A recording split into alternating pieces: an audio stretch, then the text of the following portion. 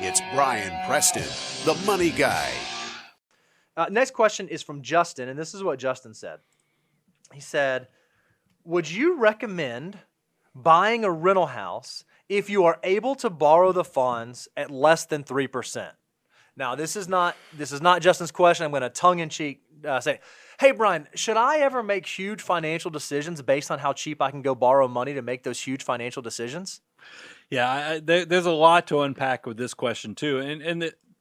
Justin, the answer is it depends. It really depends on where you are in the financial order of operations. That's right. Is because I consider rental real estate to be one of those things you want to do around step number 7, which is hyperaccumulation, because this is one of those things after you've covered the basics, after you've got the Roth IRAs, the health savings accounts, you're doing all the things where you have enough liquidity saved up so you can go through the rough patches of owning rental property, because that's the thing. I love rental property. It can be a great wealth builder if done appropriately, but you have to understand when real estate markets go bad, they go bad for a while.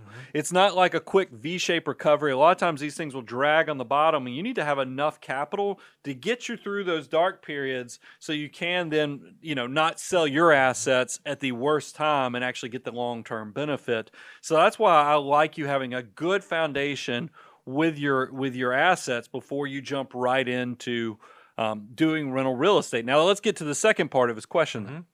2.5% interest rate. That's great. I will tell you, fast forward 10, 15, 20 years from now, I think we're all going to look back and just like we hear about people who could have bought CDs in the 80s that were paying 15%.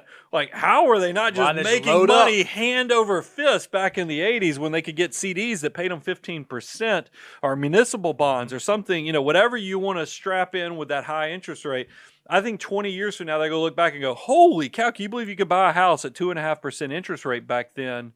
It does allow you, and we had this whole discussion at lunch. This is how nerdy we are here at the office over lunch, of how that low interest rate does allow you to afford a lot more on paper than you would think historically, because you raise that interest rate up to 6% and you'll see your purchasing power goes way down.